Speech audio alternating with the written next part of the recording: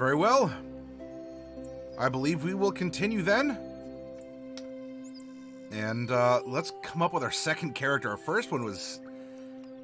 I love her. She's absolutely a heartless witch. And I knowing we have witches in our community, I mean I mean the bad way, right?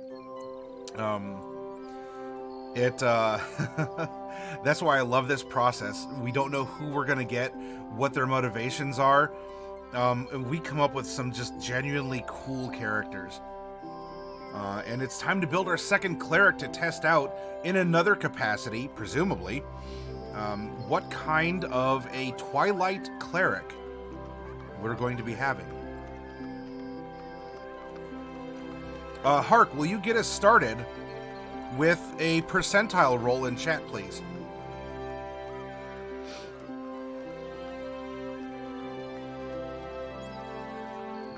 And for all of you watching out there, if I see you in chat, if you want to roll dice or something, be like, hey, I'm here. I want to roll too. You rolled a 69. Is those sheeps here? She's gone. Oh, sheeps. You missed out. This was your opportunity. Hark made up for it. And Daly made up for it as well. All right, oh, sheeps. If you catch us later, then know that the crew's supporting you. And Adagio. We're getting a dog pile on the nicest. All right, so we have a male character. And which race now are we going to roll into? I guess the theme is we're making like a high school fighter kind of a story. Anyway, Adagio, will you please roll a d10?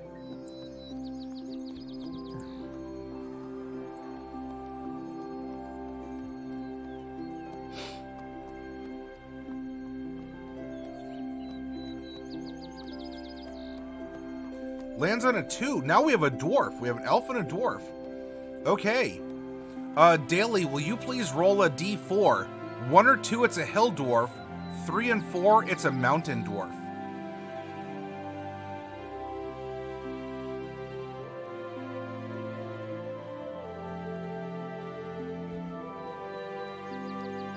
Two, a hill dwarf. So we have a male hill dwarf. Next up, Adagio, will you please roll a percentile in chat to figure out the alignment of our dwarf? Classic rivals. Oh, I gotta look at what the trinket is for our last character. Speaking of rivalry, I wonder if this is the rival even. We'll find out more as we roll along. You have to go offline? All right. Well, bubonic one. No, it's not 2d10. Although Adagio, well, wait, Hark rolled.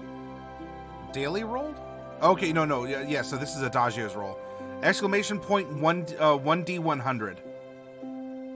Bubonic one, let's see if we can. Stops on a 19. He is neutral good. So we have a neutral good and a neutral evil character. Bubonic one, real quick.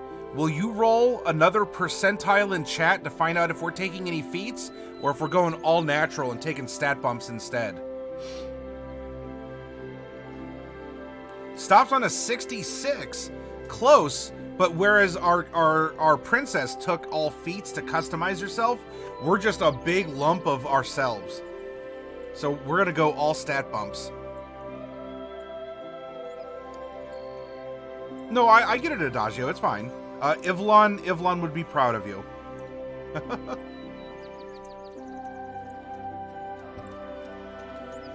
Real quick then, I'm going to take a sneak peek. Because on our prior character, the favor from an admirer was a trinket number 36. Let's see what that is real quick. Completely forgot about that.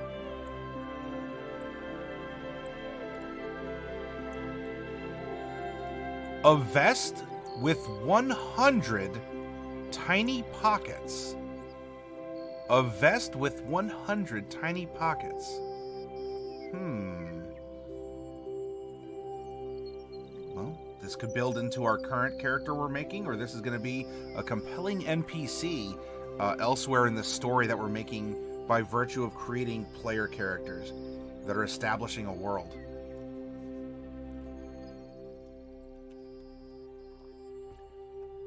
All right, Bubonic, be well, my friend. Thank you for hanging out with us. It's always a pleasure.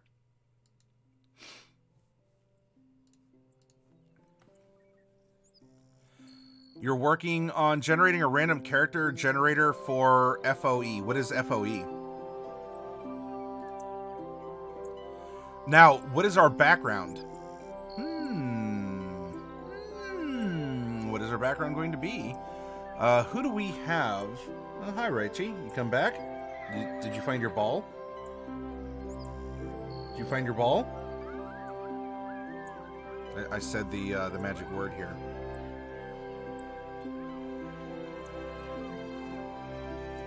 Nope, no claws in the chair.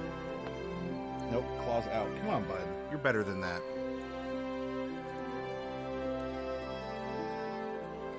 Oh, Fallout Equestria. I'm sorry, Adagio. I should have picked up on that. And each has a gold piece in it? I mean, this is certainly making for a very flashy anime style. Raz, by the way, you spoke up, so haha, I'm going to pick on you. Raz, will you please roll 1d20? He found his ball. He's bapping around and he's carrying it in his mouth.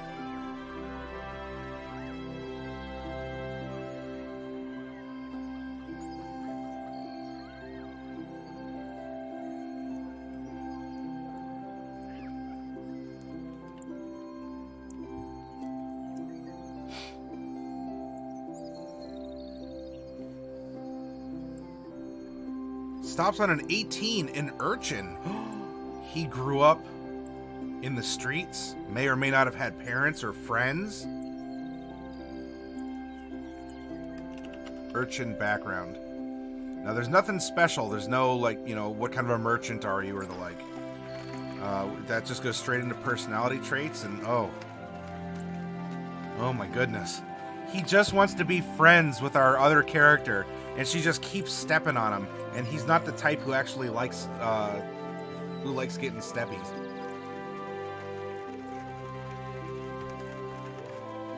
We already know our class and our subclass, so we can fill in male, hill dwarf. Dwarves are medium-sized creatures. This is a cleric, Twilight, level 17. Grew up as an urchin. And now, no class features, so we're going to go straight to Hill Dwarf. All right, Hark. Will you roll a percentile to find out how old our Dwarf is? Boy, wouldn't that be if we get another young adult or even like a child prodigy? He's a sea urchin, says Raz.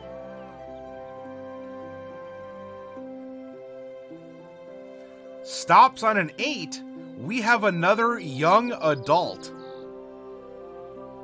Hark. Hark. This is I think I have some goosebumps. This is getting spooky. Stops on an 8. It writes itself, says Hark. Wow. All right. Adagio, will you roll a d6 in chat to find out how old our dwarf is?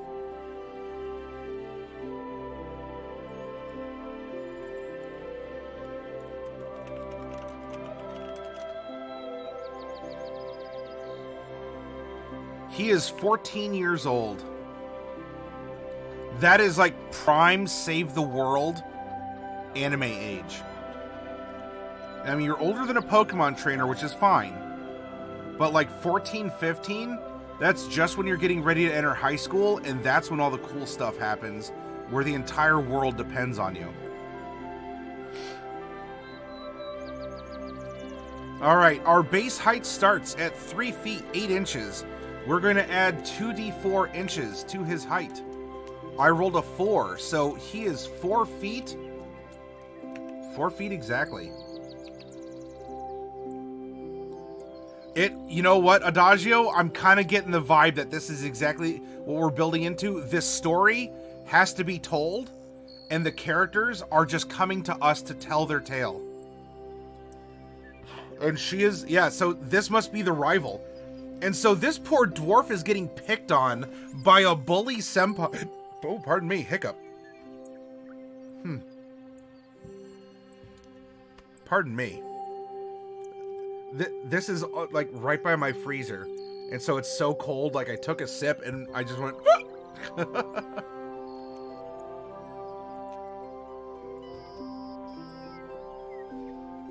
I don't know what those soul coins are, Raz.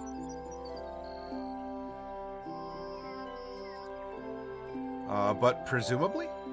I trust you. Now, our weight modifier is 2d6. I'm gonna, let's see, so if we get a 4d6 roll. So that would leave one left over from the ideal bond and flaw. Raz, let's do this. Roll 4d6 in chat. The first 3 are going to be the ideal bond and flaw. The last one is going to be one of the d6s going into the weight modifier.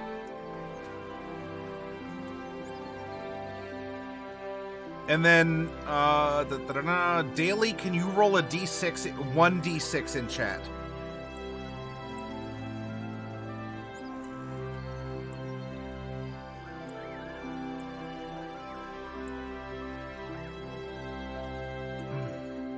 Two, 2, 2, and 5. 2, 2, 2. And then we had a 5 and a 5, so that's 10. And so we are going to have a weight modifier of 10 times our 4. We're adding 40 pounds, so he's 4 feet and 165 pounds.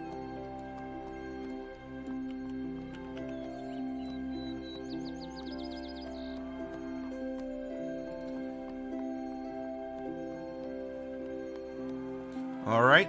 Is there anyone else in chat that I'm missing on calling on? Would anyone else like to get in a roll? West River Rat, are you out there? Grimvex, are you out there? Dysfemist, are you still out there?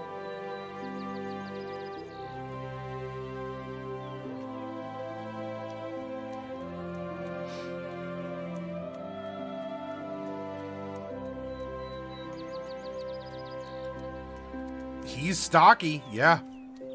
Absolutely stocky. Well marbled is a polite of cherub demeanor. All right, we're keeping a close crew tonight.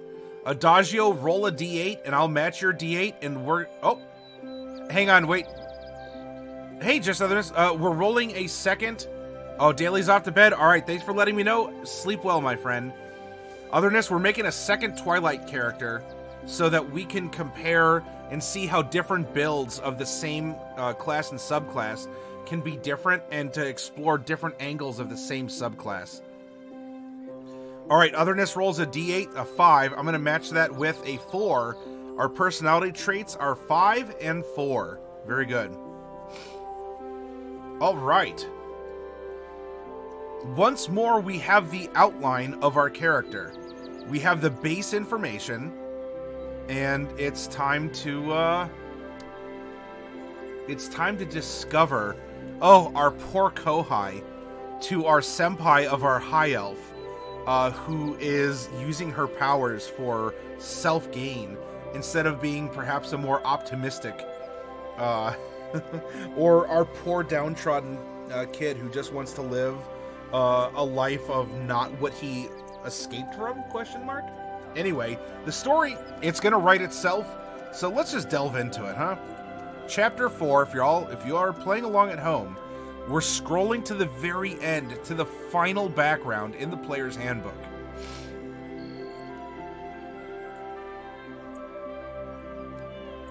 Urchin. We are gonna get some skill proficiencies, sleight of hand, and stealth. We're also going to get some tool proficiencies, a disguise kit, and thieves' tools.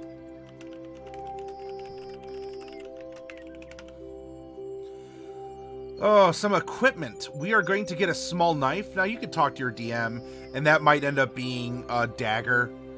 It could just be a letter opener or a pen knife, you know, just like a little pocket. You know, it deals 1 point of piercing damage, kind of a thing.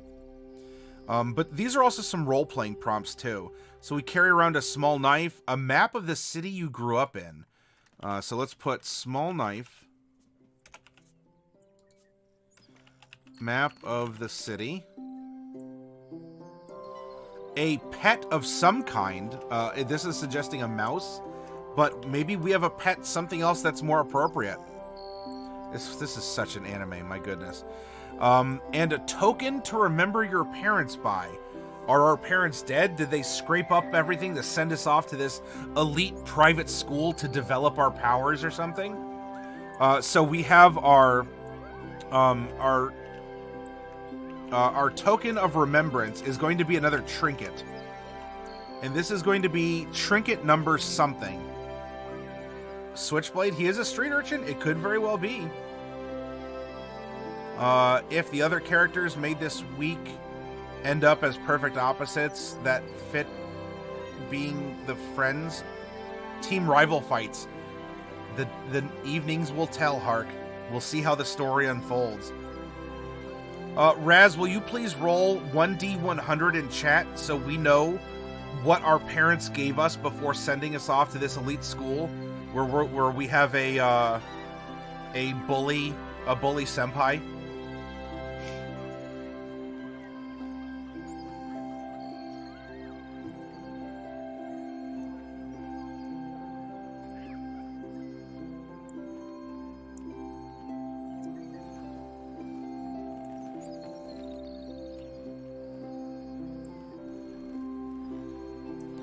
Stops on a 64. All right. I'm not going to spoil it for myself. I don't know what the 64 is, but we'll discover it. Maybe that had something to do with the vest. Or the vest is something that we saved up as our character and bought at the school knowing that our senpai really liked it or something like that. Or because she wants to be rich, the vest with 100 pockets like what Raz said, we saved up our money and we put a gold piece in every pocket to show our affection, and she just took it and never said anything about it. Anyway, our feature is City Secrets. You know the secret patterns and flow to cities and can find passages through the urban sprawl. Now this could be a city. If you want to write a story where everyone's on like an elite school campus, just have it be a map of the campus then. But we can navigate through, you know, air ducts and sewers and attics and secret passages and stuff like that with greater ease than most, because that's what we grew up doing. It's what we had to do. Next up, our personality. Who are we? Yeah, like an academy city. Interesting. Yeah. I mean, if not like a citywide, it could be a citywide academy. It could be the center of learning for the continent, or at least for the elite. Maybe it's on top of a plateau or something that rises above a city, you know, and looks down on, because, you know, there's a lot of overt symbolism in a lot of manga and anime. Not that there's not in other Western, but, you know, especially, you know, we have the academy on the shining hill and it looks down at all the other people. And here we have an urchin who maybe his parents scrimped and saved and did everything to finally send him to school, and this poor kid's getting bullied and all this other stuff. But, you know, so he came from the city, and so ultimately he's a novelty. This is almost like, jeez. Have any of you ever read Showman Sample? It could be like, yeah, it could be a Vatican type city, a religious, scholarly city. But maybe we have like a commoner who has been sent to this elite academy. Or it would almost be also not like Showman Sample, but Oron High School Host Club.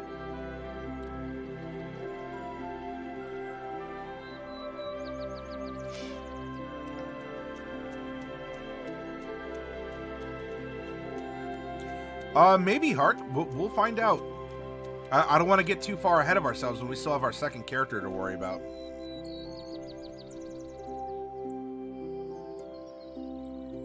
But I like it. I mean, don't stop imagining. I don't want to imagine too far ahead so that it is It might be coloring us. It's distracting us from who we have immediately in front of us. So, maybe we have like a showman sample over on High School Host Club.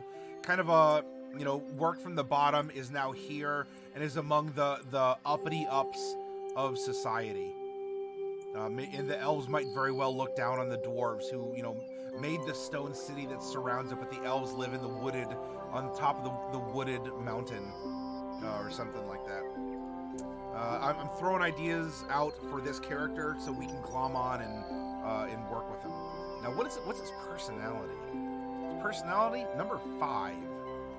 I eat like a pig and have bad manners. You are an anime character. You're probably even like missing a tooth when you smile, and you put away 20 bowls of rice. I eat like a pig and have bad manners. Because, hey, we grew up on the streets, right? We didn't know any better. The dwarves, we all just burp, fart, and cuss all the time. That's our lifestyle. And the elves always segregated themselves. And yet now we're in a unique position where we walk amongst them. Ooh. That's why he's chunky? Yeah, so, yeah, we could have a big boy, Raz. Absolutely. Number 4. I sleep with my back to a wall or tree with everything I own wrapped in a bundle in my arms. So this could be taken very literally, or this is simply he doesn't sleep very well.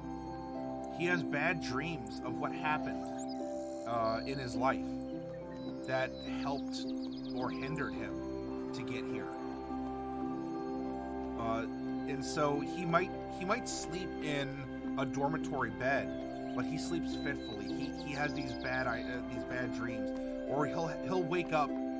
He went to bed normally, and he'd wake up in the corner of his room. Maybe his roommate, and maybe his roommate could be a druid or something like that. See, this is a magic academy. We have clerics, druids, and wizards here.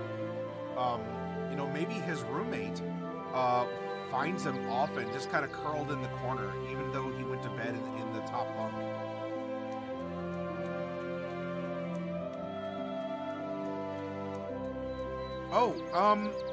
I did...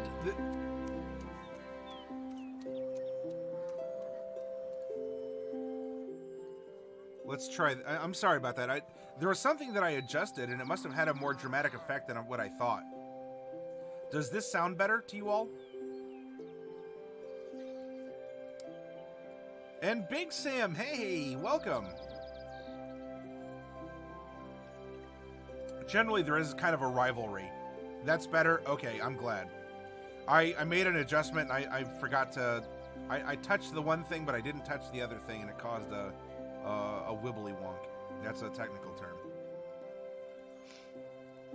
All right, what is our ideal? Our ideal is number 2, community. We have to take care of each other because no one else is going to do it. Turn the music down a bit. Let's see. Okay, how about that for the music volume? Testing. Voice versus music. Voice versus versus music.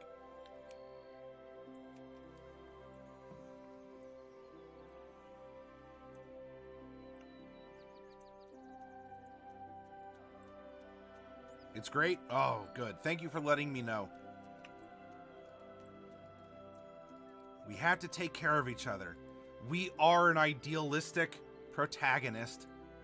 And, oh, we are such a target for our bully senpai. My gosh. But you know what? If someone's going to crack through that exterior of hers and try and teach her a lesson and, like, recover her soul, this could be the character to do it.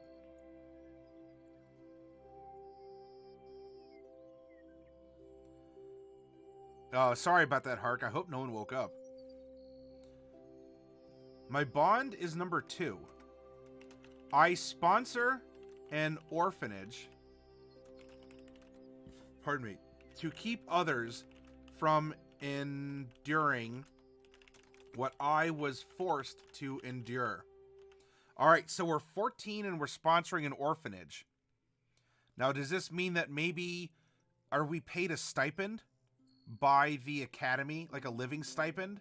But because we're just like we eat a lot, but maybe there's other things that we save and we send the extra money down the hill to an orphanage.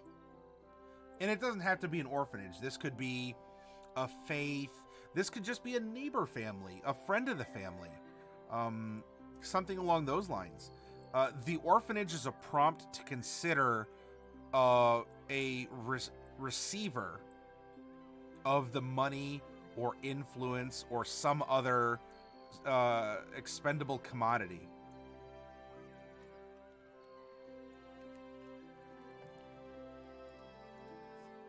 And it gives us plenty to think about what he does, how he gets it, and who these other people are. You know, if it's an orphanage, even if it's one or more people, we've now created another chunk of the world. More people with more families or circumstances or societal laws or taboos or, you know, things about taking kids in or is this, I don't know, was he somehow actually... I mean, we could write a ridiculous plot if we're talking anime here. You know, is he kind of a Bruce Wayne orphan? You know, his parents died, but he didn't get his money from his parents until he was a certain age. And until then, though, no one could know because, I don't know, maybe they'd attempt to abduct him or something like that.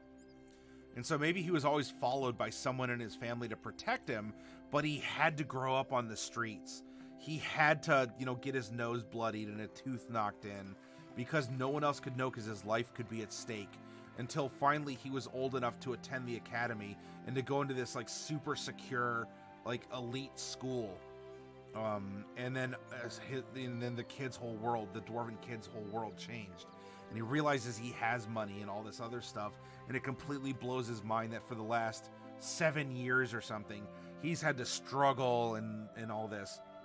And now he's just trying to make his way in the world and try and be optimistic. And, hey, does that not sound like a cool story prompt?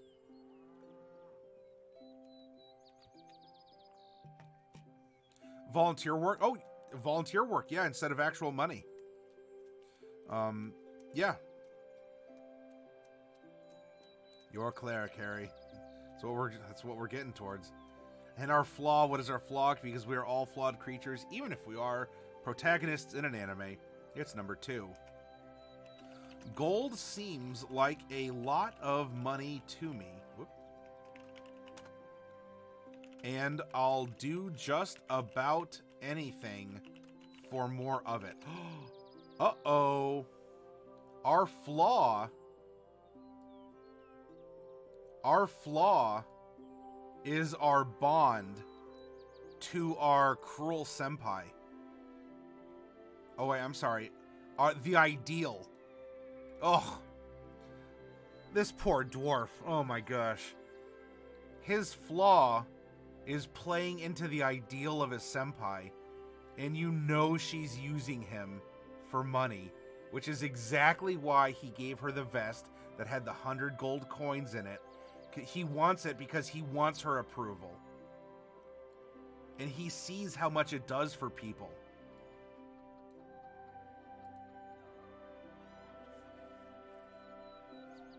Well, no, it didn't get to that point, Big Sam. But,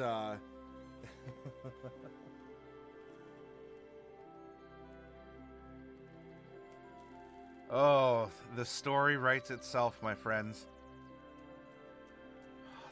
These two are going to be such an interesting duo. All right, well, we have our Urchin character. Hey, 20 20 gold says Big Sam. That could just be lunch money on a particular day in this elite academy. So now that we know our background and we're starting to develop our character independently, though now that we've also set this anchor point in our reality we're building with our first character, and we can expand on both the characters at the same time. I mean, it would be more a little polish on Miss.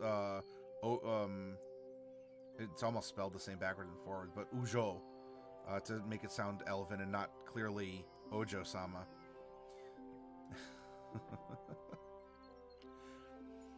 But now that we've gotten into his head, we're imagining his circumstances. We're imagining how he makes decisions. How does he live his life? You know, he is a flawed protagonist in this anime story. We can see him at the banquet table just shoveling, rice, and take a big turkey drumstick and kind of and comically, pull the bone out because all the turkey meat is left behind. And yet at the same time, look at this. We have a tender moment where his roommate finds him again in the corner of his room, his knees huddled up to his head, and he's sleeping like this. Because for a lot of his life, he's just been so terrified. He's been a scared kid. That's how he's had to get by. And we have now a cool perspective for the character we're building that doesn't, you know what, dwarves get dark vision. Yay. Okay, that's cool. That's cool. But that doesn't build the character necessarily. Though this is going to be what we explore next. And let's bring out the dwarfs. Your con score, all dwarves get a con +2. So we're going to put that down here for the time being. We have our age and alignment. We have our size. Our speed is 25 feet, 12 climb, 12 swim, and 0 fly. We have 0 fly. We are not hip at all. The things that we do for our senpai, we think that she likes us, but she's really just using us for money. We have 60 feet of dark vision. We have dwarven resilience. We have advantage on saving throws versus poisoned. And the poison, we have resistance to poison damage. For those of you, I keep the ones off screen so we can focus on our content of the player's handbook here. But you see where it says immunities, resistances, and vulnerabilities. I filled in the middle bubble down the line for resistance. We're resistant to poison. All right, Dwarven combat training. You have proficiency in the battle axe, hand axe, throwing hammer, and warhammer.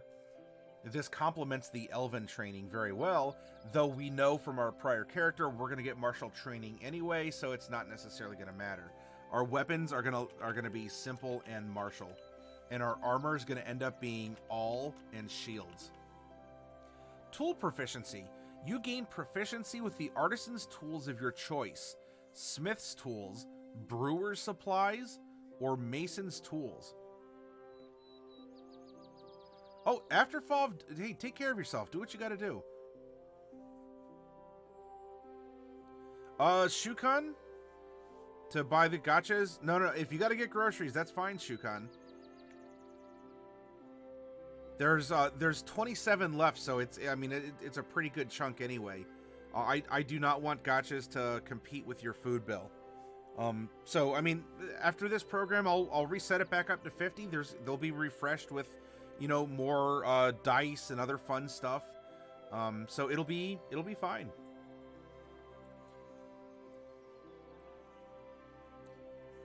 So we have these 3 that are, I guess, normal. These would be in a normal dwarven society. Many of them are smiths and masons or even brew. But here we have a 14-year-old. And would he have learned a trade? Probably. He might have learned masonry, out in the streets. He does a lot of parkour, perhaps. He does a lot of climbing. He might very well understand how bricks and stone go together. Maybe he did have to work he had to work for some scraps. And he did some smithing. Put some ramen in the gacha balls. Oh, so that takes care of both problems at once, Raz.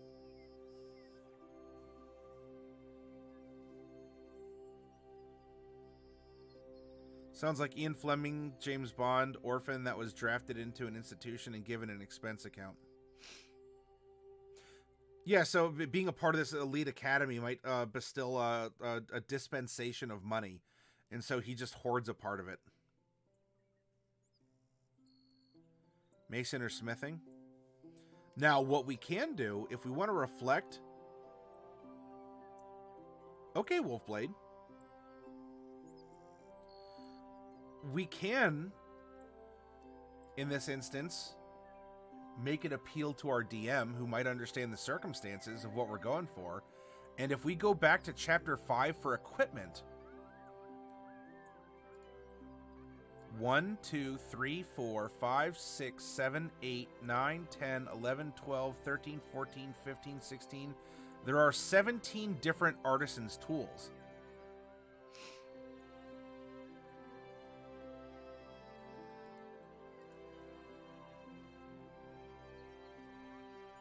And so he could have learned a different trade than what the 3 are presented in the book.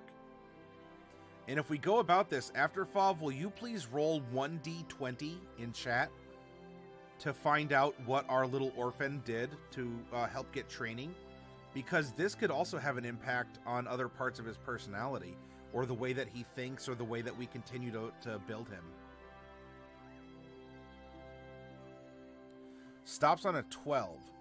1, 2, 3, 4, 5, 6, 7, 8, 9, 10, 11, 12.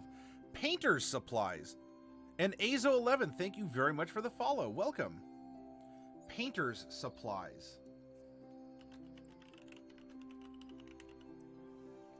He painted. Maybe he painted signs, he painted houses or shutters. He could have painted the streets.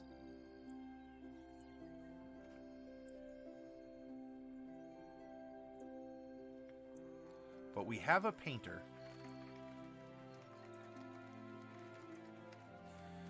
Alright, we also have stone cunning. Whenever you make an intelligence history check related to the origin of stonework, you are considered proficient in the history skill and add double your proficiency bonus to the check. Stone cunning. Languages. Common and Dwarven. Did caricatures for coppers. Okay, yeah, Big Sam. I'm picking up what you're putting down. Or what you're laying down, I should say. Hill Dwarf. Increase your wisdom score by 1. And your hit point maximum increases by 1 and increases by 1 every time you gain a level. Yep, I like that, Sam and Raz. I like it. Michelangelo is a stonecutter who is drafted as a painter. After Fav is bringing some lore bombs about fact and fiction, huh? Thank you very much.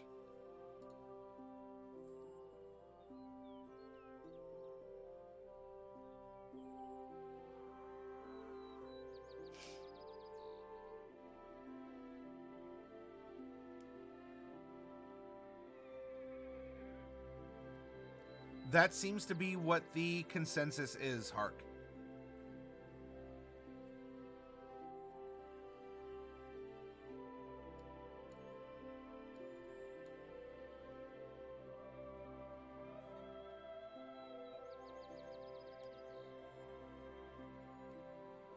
Now that we have our background and we have our racial traits, let's build 17 levels of generic cleric before we add on the extra little bits that the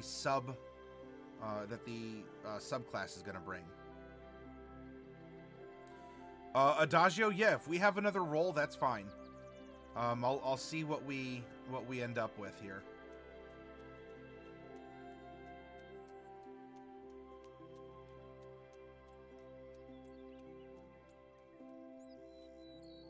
We might be able to build it in that direction after Fav.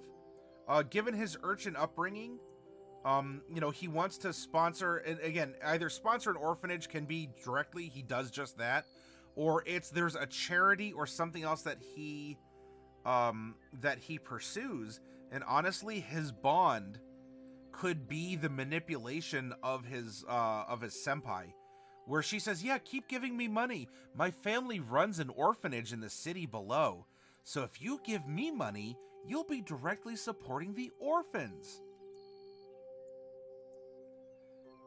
And he's like, "Oh, I will, and you're my senpai too? Wow, take my money." "Gladly, darling." Yes, uses manual labors to pay for their keep.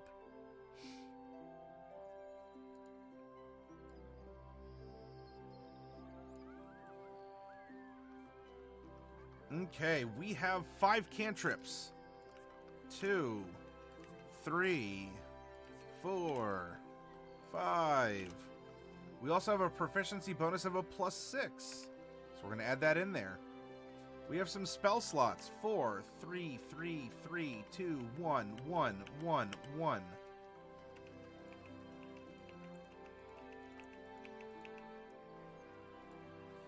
Very good. Cantrips and spell slots. We are a D8 hit die class, and as we're 17th level, we get 17 D8 that we can use to recover our hit points when we rest, without the need of magic or potions. We already have our armor proficiencies and our weapon because we kind of snuck ahead and looked at what other proficiencies our domain gave us, so there's that. We get no tool proficiencies for being a cleric. Wisdom and charisma are going to be our saves. And then skills. Choose 2 from history, insight, medicine, persuasion, and religion. Now, on the streets, we learn sleight of hand and stealth. Let's see, I eat like a pig, sleep with my back to a wall or a tree. We have to take care of each other. He is a very caring individual. I would say that insight would be one of his skills.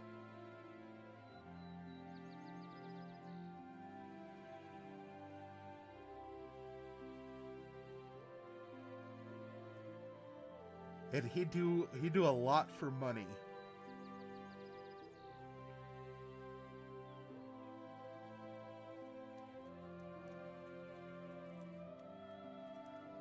So I'm thinking insight because he wants to know about people. He cares about people. His senpai doesn't. What about charisma, Wolfblade?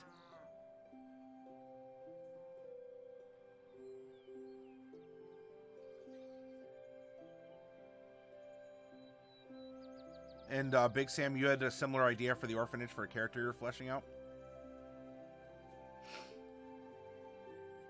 Most artists, yep. So then I wonder if we were painting, probably history.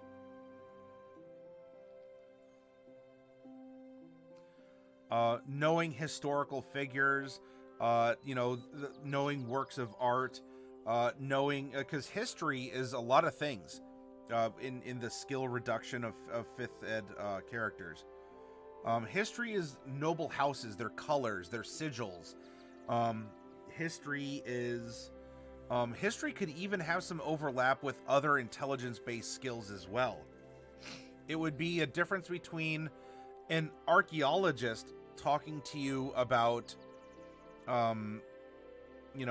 about the cradle of civilization from a scientific point of view, and having mostly the same knowledge, but with a religious bend from a religious knowledge check. You're going to get 2 different shades on mostly the same information. Jer? How would you like me to pronounce that? Still, thank you for the follow. Welcome aboard. History or even religion. Maybe he paints holy paintings. Let's go. He knows his history with his stone cunning? Sure, let's give him religion. I like it. So maybe instead of using his power for self-benefit, like his senpai is that we created, he just kind of lets the experience flow through him And he is a conduit, not a lightning rod. Jer is fine? All right. Well, welcome. I'm glad you like our process and hanging out here. Even in this early morning, where hopefully I'm not rambling too much. Goodness. Now, again, 17th level character. We're an epic level in 5th ed. Epic level 17 to 20. I'm not really worried about what kind of armor he's wearing or if he's wielding a warhammer. Because whatever he's wielding is probably going to be better than a starting standard issue warhammer. So we're just going to put if he's attacking with strength weapons or dex weapons. Because if you download this character later this week, after our workshop and it gets uploaded to Discord, you can just go back and replace this with whatever loadout you want. Shield and a holy symbol.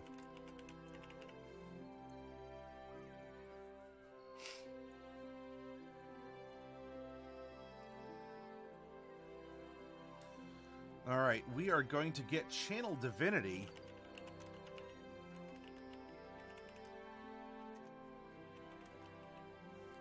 And we can do this twice per rest.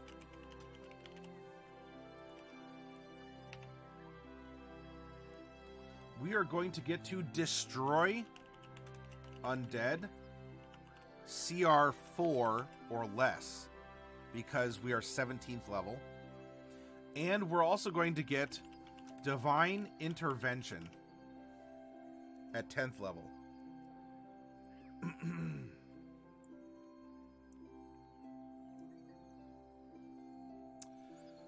That does it. This is our capstone. I mean, yeah, this increases at 20th level, but, you know, the Divine Intervention itself is our 10th level basic capstone ability for a generic cleric. Now what we're going to build on from here is the playtest material of the Twilight Domain. Remember from the fluff, the Twilight Domain governs the transition and blending of light into darkness. It is a time of rest and comfort, but also the threshold between safety and unknown. Deities of healing or respite, bravery or protection, travel or transition, or the night and dreams might grant their clerics the Twilight Domain. Clerics who serve these deities tend to be brave, delving into the dark to hold its dangers at bay and to bring comfort to those lost far from the light. And with our prior character, I get this. It still feels like there's a speed bump between what they're presenting here and it's hard to quantify other than to just call it, you know, I'm reading this, I comprehend it. And then with everything else, it's just kind of a weird jostle.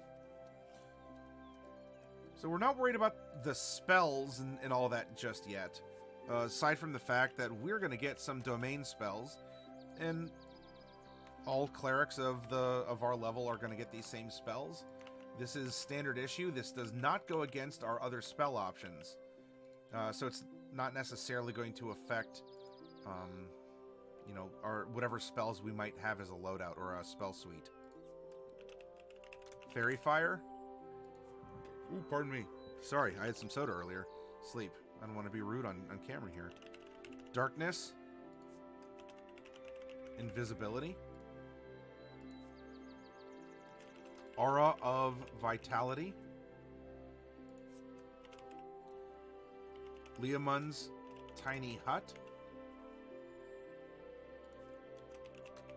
Aura of Life. Greater Invisibility. Circle of Power. And Dream. Also, while we're here, just to take it from the first page, we had 3 cantrips. And we had 4, 3, 3, 3, 2, 1, 1, 1, and 1. We cast off of Wisdom. Cleric. Spells prepared equals cleric level plus wisdom modifier. Channel Divinity twice per rest. And we'll get to the spell numbers in a little bit here. Excellent. Proficiency with martial weapons, heavy armor. That's already a part of the character. We wrote that over here for weapons and armor in this section. Scoot this back over. So I'm talking about stuff you don't see me editing. It's off to the side so you can see the information that's making its way into the sheet.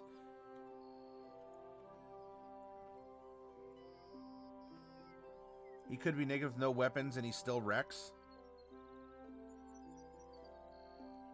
I mean, with the powers, yeah, you don't need armor or a sword to cast your cleric powers.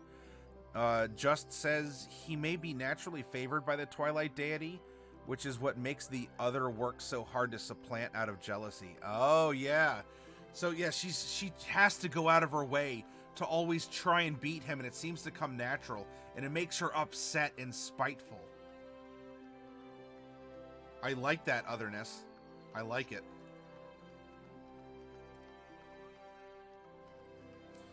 We are going to get Eyes of Night. Your eyes are blessed, allowing you to see through the deepest gloom. You have dark vision with no maximum range. You can see in dim light as if it were bright light, and in darkness as if it were dim light. As an action, you can magically give the benefit of this feature to any number of creatures you can see within 10 feet of you. The shared benefit lasts for 10 minutes. You can extend this benefit a number of times equal to your wisdom modifier, minimum once. You regain all expended uses of it when you finish a long rest. Eyes of Night, wisdom per long rest, which on our other character over here was twice. But this would be, because I think he's going to be a lot wiser. This is going to end up probably on honestly just being a 5 per long rest. And so he's naturally better. Right, to reflect what otherness said, he's naturally better because he's going to have a higher wisdom. Remember, she's scheming, she's calculating, she's spreading herself out too thin because she wants to maintain the perfect body of strength and flexibility and my beautiful charismas and you know how wise I am. You know, she's trying to do all this stuff and run around, and she's like, and I even studied extra at the academy to pick up another cantrip that this fool doesn't. He only has 5. I have 6. You know, I don't need to sleep because I trance and I study and study and study, and so therefore I'm better. Even though just naturally he's better, she has to try and use her elven gifts. I like that dynamic. They started by bridging the gap as friends at this school, being so young, and gradually the favor of the divine drives them apart. Ooh, Adagio. I like it, but it's cruel. But it makes for a good story. So I'm going to come back around to I like it. Channel Divinity, Twilight Sanctuary. Sanctuary. As an action, you present your holy symbol, and a sphere of twilight emanates from you. The sphere is centered on you, has a 30-foot radius, and is filled with dim light. The sphere moves with you, and it lasts for 1 minute or until you are incapacitated or die. Whenever a creature, including you, ends its turn in the sphere, you can grant that creature one of these benefits. Give it temp hit points, or end one effect causing it to be charmed or frightened. And by the way, if you look at it, he's going to also have a decent con. She's not. He's just going to be big and healthy, and she's going to be a little more frail. You know, she's going to be the one who needs the healing, but she didn't take it because she wants other, like, performance-enhancing spells or something. Afterfall likes cruel in a story. 12 for 10 cents. Good evening to you. D&D does have a lot of cruel stories. You are correct, Wolfblade. I don't want to give the impression that you should never tell a cruel story. Hello, Tuesday for the past 2 sessions.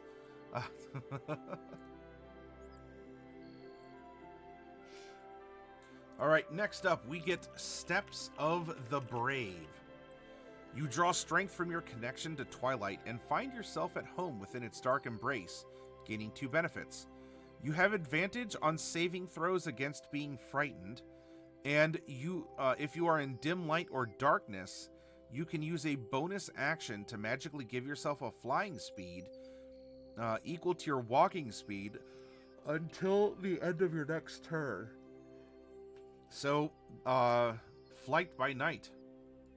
We'll have a flying speed. Unfortunately, it's a little cruel because our walking speed's 25 feet, so that's what our flying speed's going to end up being in the darkness.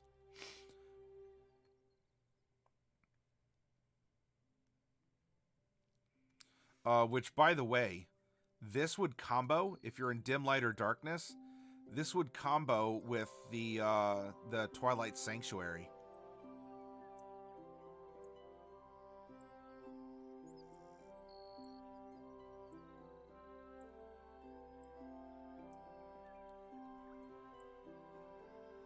You had to make a campaign or a background without a cruel story?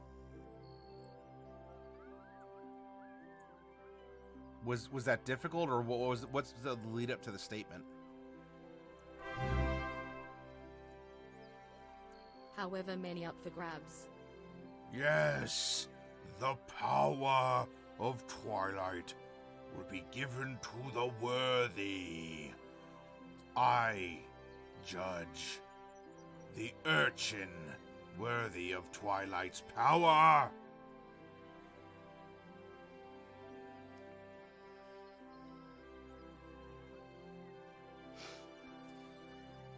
12 for 10. However many are up for grabs, well, 12 for 10, so that would get you 3 capsules down here.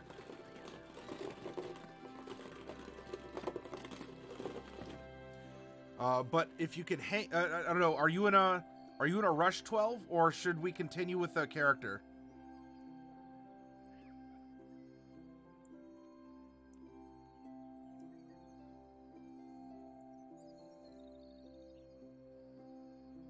Okay, we'll pull your gotcha capsules. We'll pull your gotcha. There's some good stuff left. 12. There's an Avernus dice set. No, you're fine. 12. Don't worry about it. Oh no, you're supporting the community and who we are and what we do and all the stories we tell and the friendships we make. Anything but that. You're 12, you're fine. You're absolutely fine. Don't worry about it, my friend. But he's a dwarf and an urchin, so he's had to make the Twilight and Darkness his ally. He prayed to his preferred deity or thanked them regularly, earning their favor. So our first character in play testing out this information from Unearthed Arcana, she seized it. She read about it and she said, I can use this. But he was born in it, molded by the darkness and the twilight. And so he made it a part of him, and this tells a compelling story about 2 clerics with the same domain, which absolutely breaks the stereotype that, oh, well, you're playing a cleric, I can't play a cleric in the same party. You just can't do that. I guess we already have a healer. Don't say those. No.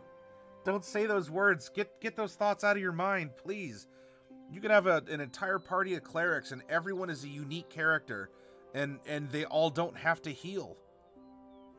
I got the heebie-jeebies thinking of that situation where someone's just like, I can't play a cleric or even another dwarf because the party already has one. Wow, what a world, what a world, what a world. Oh gosh. All right, so we have Steps of the Brave. Divine Strike, we get to hit a little bit harder. In fact, it's going to be 2d8 psychic damage. For the 12 and Azo and others who just came in, I'm sorry you missed a lot of the dice rolling part of our character, where we split up our dice rolls among people in chat so that everyone has a chance to put their fingerprint on the randomly generated character that we have. If none of you have seen this before, we have a custom random character generator that removes our biases and opens our imaginations, and it's a lot of fun. And now that the bones have been cast into the augury dish, it's time to read. What do they mean? And we develop our character. We start with the background, and then we worry about other details. And you'll notice as well, for any of you that are new here, we are talking about a character that is fully functional, a character with character, and we have no scores. Mechanically, this is a character devoid of a strength score, but we can tell he has strength because of who he is and the things that he's done. And so when our characters are going to have their scores derived from who they are, and not the other way around where it's, well, you know, we need a strong person. I guess I'll play a strong person. Well, play who you want to play. Yeah, but we need someone who has a high strength score. Come on now. You got to break out of that habit. Ain't nothing like a cleric party, because a cleric party don't stop.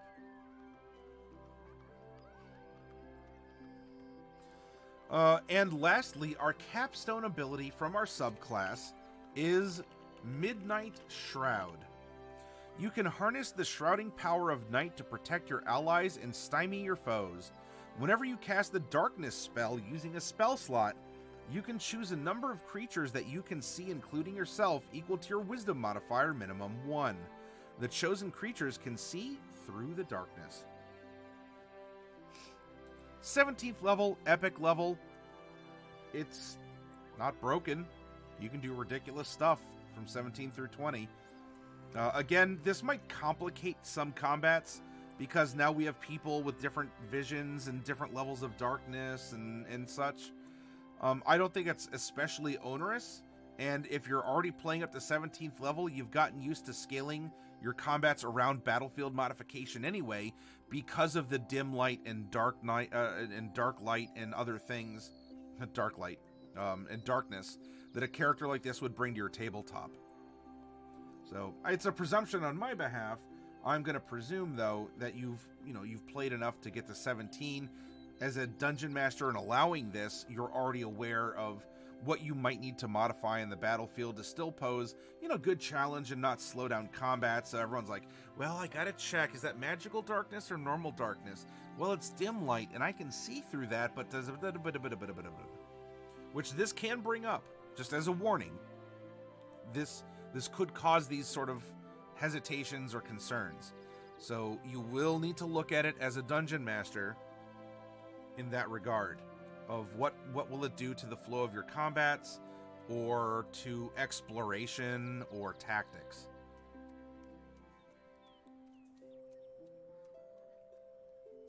Excellent. So, hey, we have a character, right? Okay, I got to call it here. I'm falling asleep. I think we had a pet to roll for. I don't really have a pet. I don't really have a pet roller. There's not a list of those like there is like artisan tools, Adagio. But I'll tell you what, Adagio, you got to get going to bed. What kind of a little pet akin to a mouse or something would you see this character having?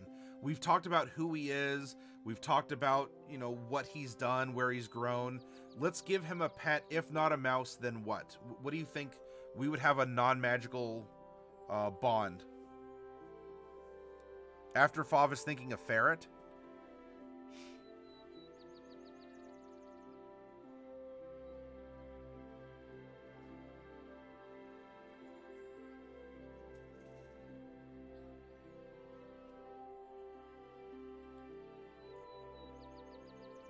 I'm presuming you're not talking about the magical fiery salamanders that are like CR8 ones. So more like the actual little lizard, Adagio.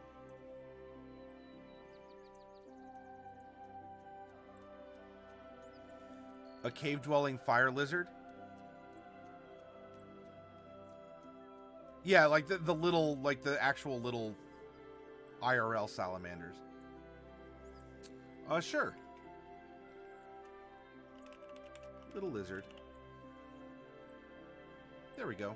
And it could be a fire lizard. Again, we're living in a big fantasy anime world, apparently, with what we're coming up with for the story, simply by virtue of making the players. And if you're a dungeon master, by the way, don't forget that your players submitting to you their character sheets are going to save you so much time trying to build quests and worlds and to draw them into it. Just draw that information from their character sheets. They're handing you something that says, I want to play this, I want to experience this, and work it into your story. Well, I mean, I don't know, we could be playing Pokemon too. Who knows, Adagio? But no, like a little lizard salamander, something like that, it could maybe even glow. It glows faintly, as per the Twilight.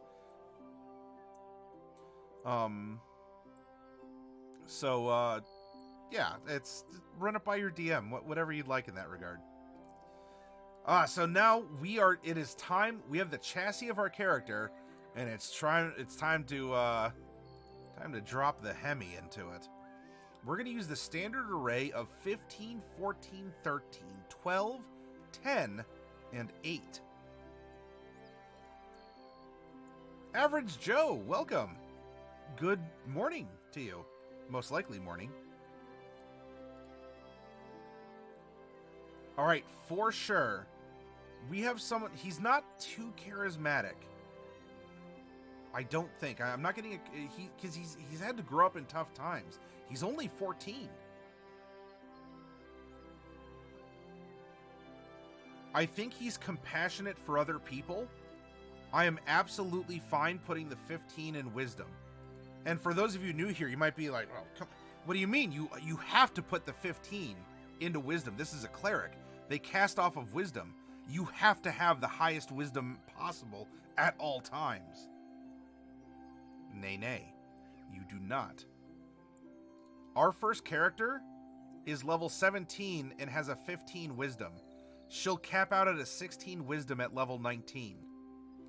And I assure you, she is perfectly playable and perfectly functional with as high of a wisdom as she's going to get with a 16. Absolutely. And you would have a blast playing her doing it. I see him as being very compassionate. Min-max! Shouts 12 for 10. What even is time? Average Joe. It is too early in the time to start getting into philosophical roundabouts in that regard. Pardon me.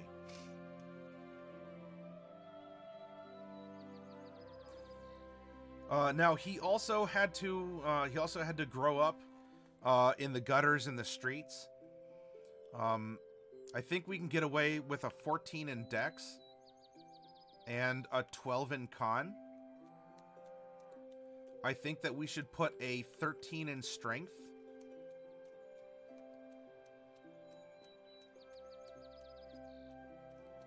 A 10 in Charisma. And he studied his books. I don't know if he's the smartest person, because he grew up on the streets, which is also why you have Streetwise, right? Book learning is intelligence. Common sense is wisdom. Book smarts and street smarts.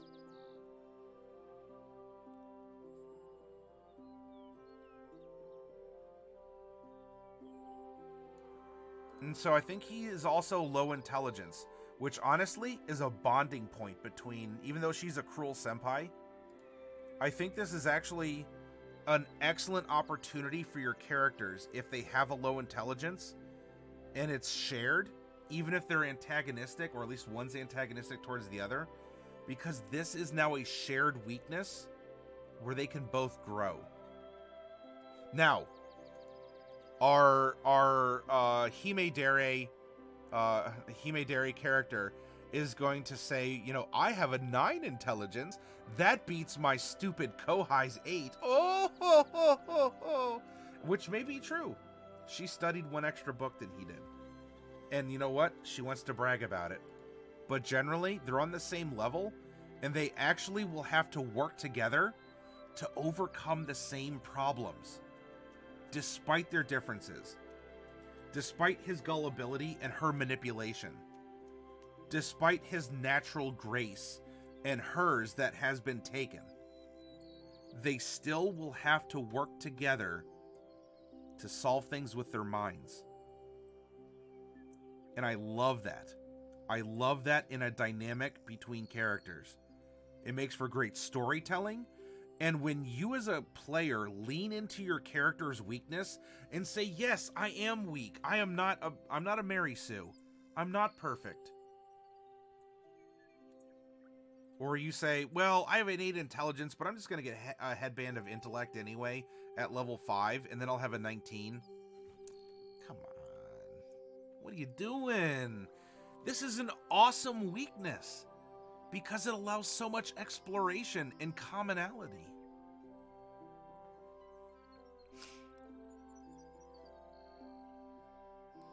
Armadillo, our second character, is moving along very well. So here's our 15, 14, 13, 12, 10, and 8. We're going to add in our wisdom, our 1 to wisdom, and our 2 to constitution. Now from here, because we rolled it on our character creator, we rolled that we're going to take all ability score improvements. So at 4, 8, 12, and 16, we get to add 2 points to 1 stat or 1 point to 2 stats. And I see this character. I see this character putting 4 of the 8 into wisdom and becoming very wise. Just naturally, oh, superior.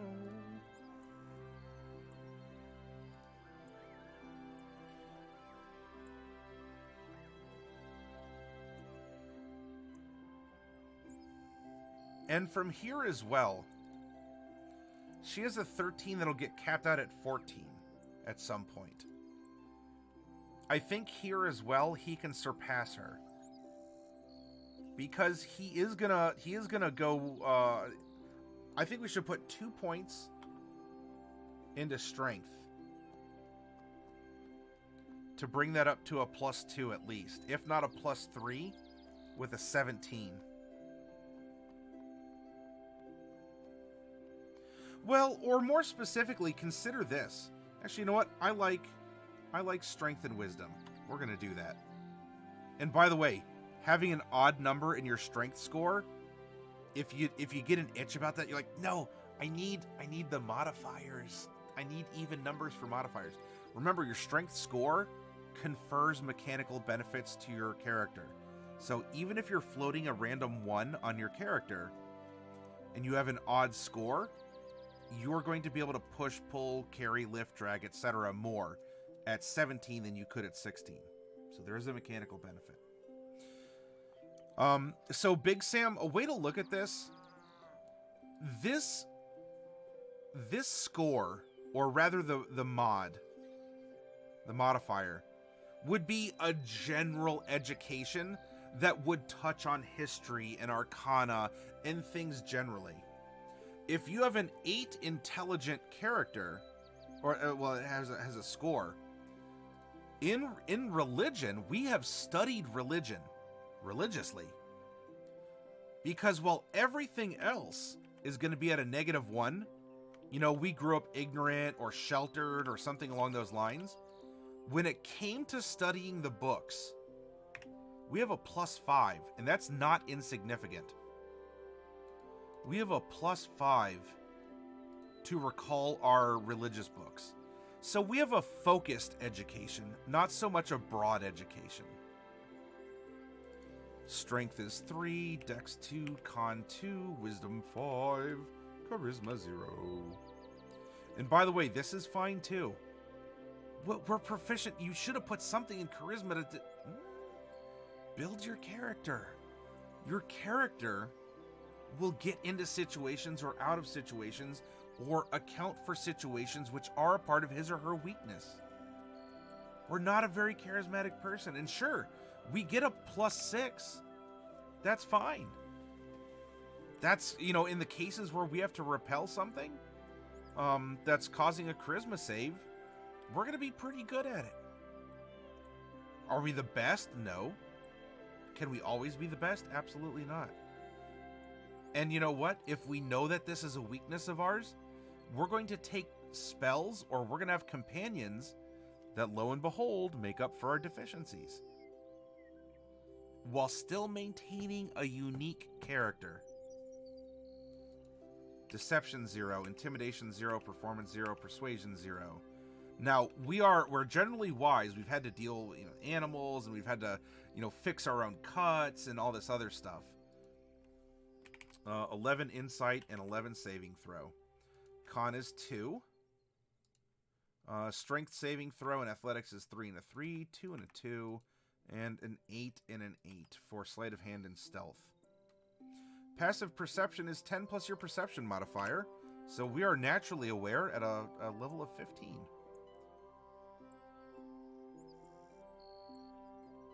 Hey, Wolfblade, maybe he'll grow up one day and be as such.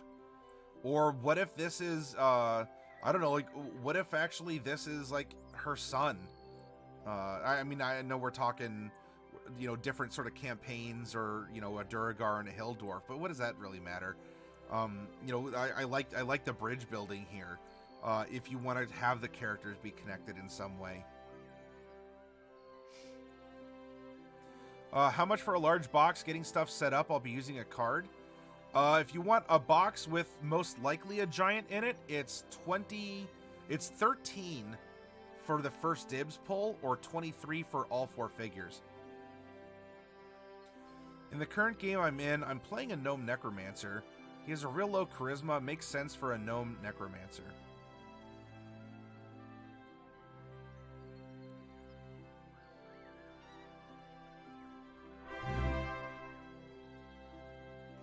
Last credit add-on for the night, going to crash to bed now. All right, Hark. I'll make sure that gets added. Thank you very much.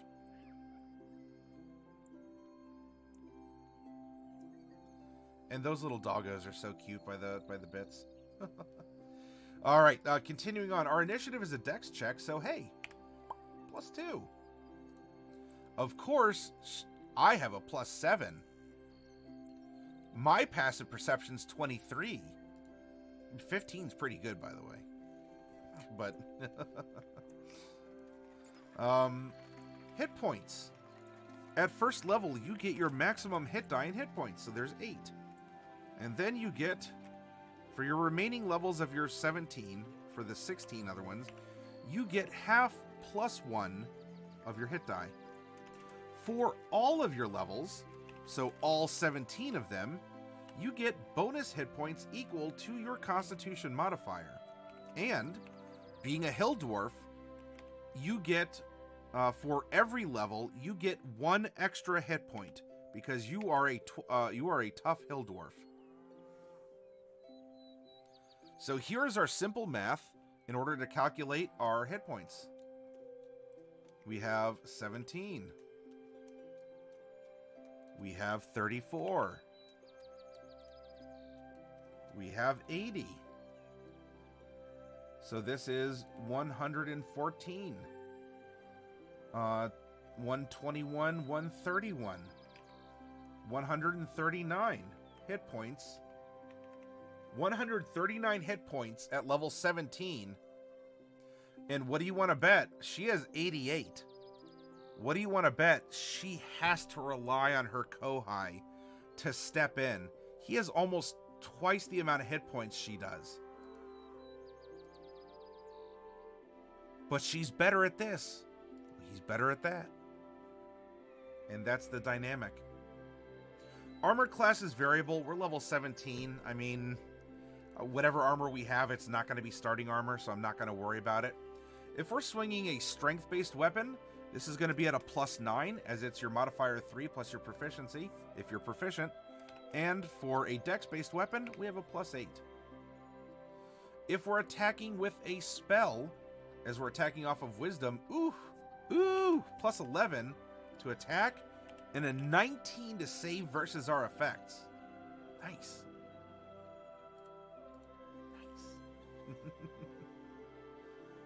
He is a powerhouse. He is a humble powerhouse.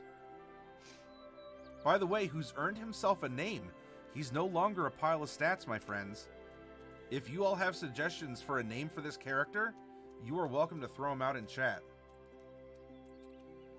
Now, we have a little bit of upkeep to do here. We have a +11 to attack with our spells and a 19 to save, because remember, it's 8 plus your attack modifier.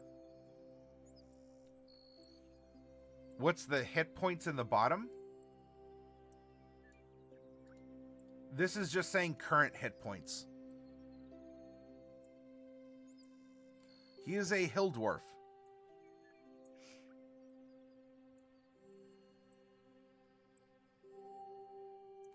We can prepare a number of spells.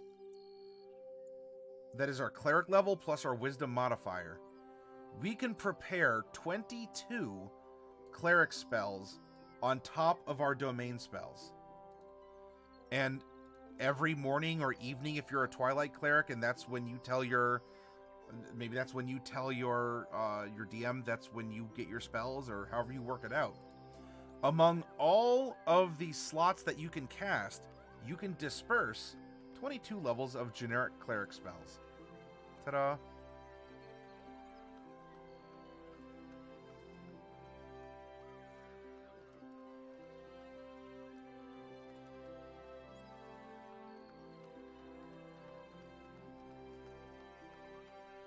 It says Shock with hit points of 3989. Oh, Shukan, those hit points. That's the stream boss. The stream boss is slowly taken down as people raid, as people follow, as you all donate bits, or you know, other ways to support the channel. You can eventually sit atop the throne as the stream boss, which is kind of an honorary title. So Shukan is the current stream boss. Otherness says first name idea Jentl. Oh, because he's a gentle soul. Is that the kind of the play on words? Otherness.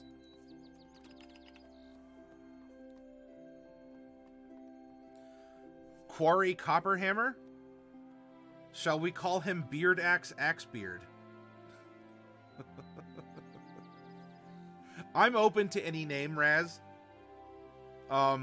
But so what about Quarry Copperhammer is compelling to you as this character? Like, who are the Copperhammers? Or why is his name Quarry?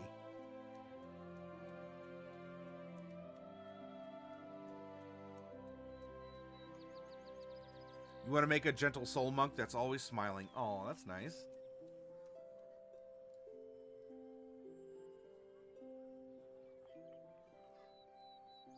But yeah, everyone, we have a character. He's fleshed out.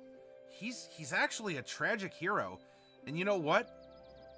A perfect compliment. It writes itself, everyone. Remember, it's the phrase that we have here. It writes itself, Iwi. We have Uwus and Owos. Here we have Iwis. This was randomly rolled, and we have two young adults in this kind of crazy go nuts anime school fighter that is apparently being developed around them, but we're having a magnificent time and everything fits together because it's all organically grown from our imaginations, from our innate ability as human beings to tell a story. And we're having fun, we're weaving together ideas. And this is the magic that you can unleash. I mean, magic exists. We're practicing it right now.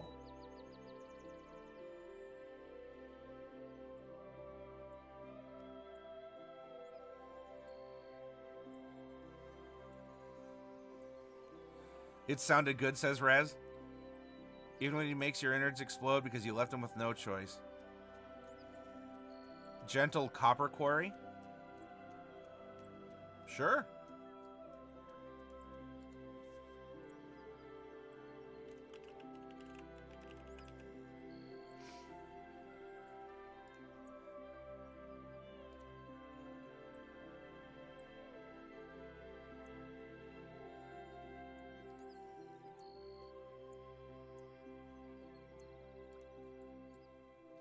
And so, Jentl Copperquarry.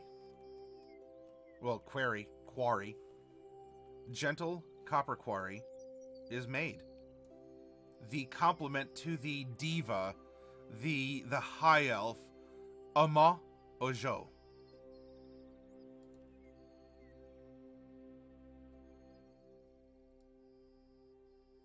And wasn't this fun? All right, so I need to update Hark's bits and then pull some capsules for 12 for 10.